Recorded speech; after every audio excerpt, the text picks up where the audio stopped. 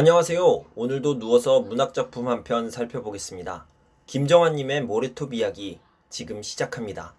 소설은 작중화자인 나가 왜 20년간 글을 쓰지 않다가 이렇게 다시 붓을 들게 되었는지를 설명하며 시작합니다. 나는 반드시 이 이야기를 써서 세상에 알려야겠다는 어떤 책임감으로 글을 쓰게 되었다고 합니다. 나는 선생이고요. 건우는 중학생입니다.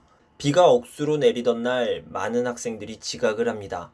그런데 유독 자주 지각하는 건우에게 왜 늦었냐 묻자 나룻배 통학생이라고 답합니다. 나는 이때 처음으로 건우라는 학생에게 관심을 갖게 되었죠. 두 번째로 내가 건우에게 관심을 갖게 된 건 건우가 쓴 장문 때문이었죠. 대단히 잘 쓴 글은 아니었지만 끔찍한 모습을 잘 표현해준 글이었기 때문이죠. 소설에 건우의 장문을 요약한 부분이 있는데 이 소설의 전체적인 배경이 되기 때문에 함께 읽어봐도 좋을 것 같습니다.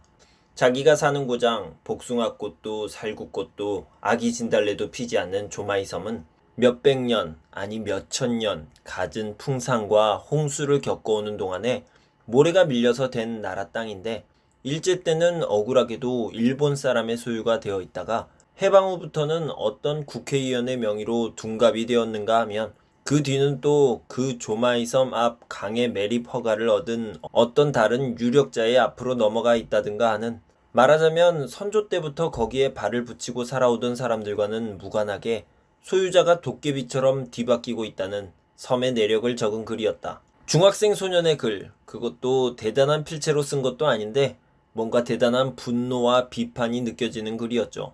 나는 무거운 마음으로 서랍 속에 글을 넣습니다. 나는 오늘 명지면에 사는 학생들의 가정 방문을 가려 합니다. 명지면 거주 학생은 건우 하나뿐이에요. 건우는 아버지가 안 계십니다. 환경조사표에는 어머니, 할머니, 그리고 삼촌이 함께 사는 걸로 되어 있고 재산 정도는 하였죠. 건우의 집에 가면서 내가 물어요. 아버지는 언제 돌아가셨는지. 건우는 한국전쟁 때라고 답하죠. 건우가 2살 때 전쟁에 나가서 그렇게 되신 거였죠. 그러니 건우는 아버지를 기억하지 못합니다. 건우의 집에 도착하니 건우 어머님이 건우를 맞이하고 나에게도 인사를 합니다. 나는 방으로 들어오라는 걸 마다하고 마루 끝에 걸터앉죠. 건우 어머님은 가족 사항과 재산에 대해서 이야기하는데요. 건우의 장문에서 읽은 것, 환경조사표에서 본 것과 큰 차이는 없습니다. 다만 삼촌에 대한 얘기는 안 하는 게 좀 이상했죠. 나는 책상 위에서 표지에 섬 얘기라고 써있는 책을 발견합니다. 건우에게 가져오라 해서 그 책을 읽어봅니다. 건우는 일기처럼 쓰기도 하고 책에서 발췌하거나 느낌 등을 적은 것이라고 얘기합니다. 건우가 쓴 이 대목도 중요한 부분이니 함께 읽어보죠.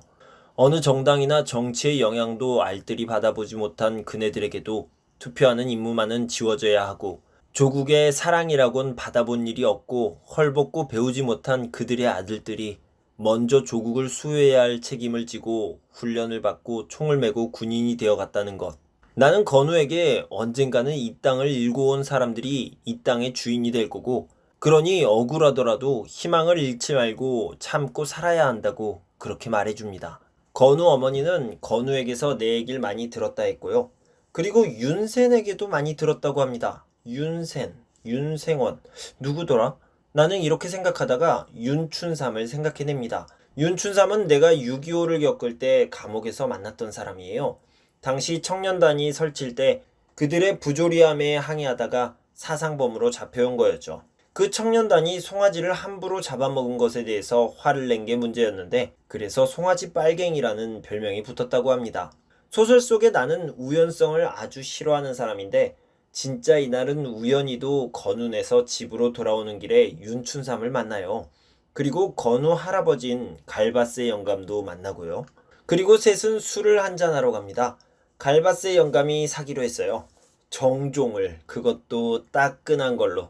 같이 한잔하고 싶네요. 따끈한 정종이라니. 건우 할아버지는 조마이섬의 사람들이 겪어온 것들을 이야기하기 시작합니다. 외놈의 동청 명의로, 그리고 나서 국회의원의 소유권으로 넘어가고 그 다음은 하천부지 매립 허가를 얻은 유력자로 넘어가는 과정들을 얘기합니다. 조마이섬 사람들이 저항을 해보지 않은 건 아니었죠. 문둥이, 그러니까 나환자들을 이 섬에 모두 데리고 왔을 때는 반대하는 투쟁을 했습니다. 근데 이게 어찌 보면 불쌍한 나병 환자들에게 보금자리를 마련해 준다는 그런 명분이 있었는데요. 실은 조마이섬 사람들을 몰아내기 위한 개수작이었던 거죠. 문둥이와 같이 살 수 없겠다며 조마이섬 사람들이 다 떠나면 나병 환자를 또 몰아내고 그 땅을 차지하려던 큰 그림이었던 거죠. 그래서 싸웠죠. 조마이섬 사람들은 몽둥이, 괭이, 쇠사슬 할 것 없이 모두 가지고 나와서 투쟁을 벌였죠. 마을 사람들도 다치고 나환자들도 다치고 그리고 많은 마을 사람들이 경찰에 체포됩니다. 이때 윤춘삼은 다시 한번 징역을 살게 되고요. 건우의 할아버지가 나를 부릅니다. 건우의 할아버지는 내게 썩어 빠진 글 말고 이 이야기를 좀 써달라고 부탁을 해요. 그리고 나서 고구롱 우는 소리를 부릅니다. 마을의 평화를 기원하는 마음이 담긴 노래죠. 그리고 아까 건우 엄마에게서 건우의 삼촌에 대한 얘기를 못 들어서 그에 대한 질문을 해보죠. 건우의 삼촌, 그러니까 갈바스 영감의 둘째 아들은 원양어선을 타고 나갔다가 태풍에 휩쓸려 죽었다고 해요. 회사에서 위자료도 못 받고요. 이 섬에 사는 가족들에게는 여러 가지 사회 부조리가 덕지덕지 붙어 있는 듯합니다. 2달 정도가 지났어요.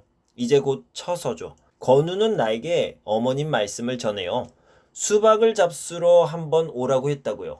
나는 처서에 가기로 하죠. 그런데 건우네로 수박을 먹으러 가기로 했던 그 처선 날부터 비가 쏟아지기 시작합니다. 그리고 라디오나 신문에서는 60년 이래 이런 폭우는 처음이라고 떠들어댑니다. 홍수가 났죠. 아주 큰 홍수가요. 나는 조마이 섬으로 가보기로 합니다. 강둑길에서 윤춘삼 씨를 만납니다. 윤춘삼은 조마이 섬에 가봐야 아무것도 없고 모두 피난소로 옮겼다는 소식을 전합니다. 그런데 건우네도 다 피난소에 갔냐는 물음에는 대답이 시원찮습니다. 건우네 할아버지는 지금 경찰서에 있어요. 건우네 할아버지는 엉터리로 만든 뚝에 물이 쌓였다가 터지면 조마이 섬에 큰일이 생기게 된다는 걸 알고 있었죠. 그래서 비가 쏟아지기 시작하자 심상치 않다 여겨 마을 사람들과 함께 뚝을 허물기 시작합니다. 그때 깡패 같은 녀석 둘이 나타나서 방해를 해댑니다. 건우네 할아버지는 그들에게 이 뚝을 지금 무너뜨리지 않으면 마을 사람들이 위험하다는 걸 설명하죠. 그런데 그놈들 중 하나가 건우네 할아버지의 괭이를 뺏어서 물에 집어던져 버려요. 화가 난 건우네 할아버지가 그놈을 들어서 물속에 던져버립니다. 그놈은 탕류에 휘말려서 떠내려가고요. 아마 죽었겠죠? 죽은 것 같아요. 그래서 건우네 할아버지는 살인죄로 경찰서에 간 겁니다. 그 이후 건우는 학교에 나오지 않았고요. 조마이섬은 황폐해졌고 그리고 군대가 정지, 즉 땅을 고르게 펴는 작업을 하고 있다는 소식을 듣게 됩니다. 소설은 이렇게 끝납니다. 그러니까 우리는 결국 지고 말았습니다. 하지만 건우네 할아버지가 보여준 모습, 끝까지 저항하는 모습을 통해 우리는 희망을, 가능성을 봅니다.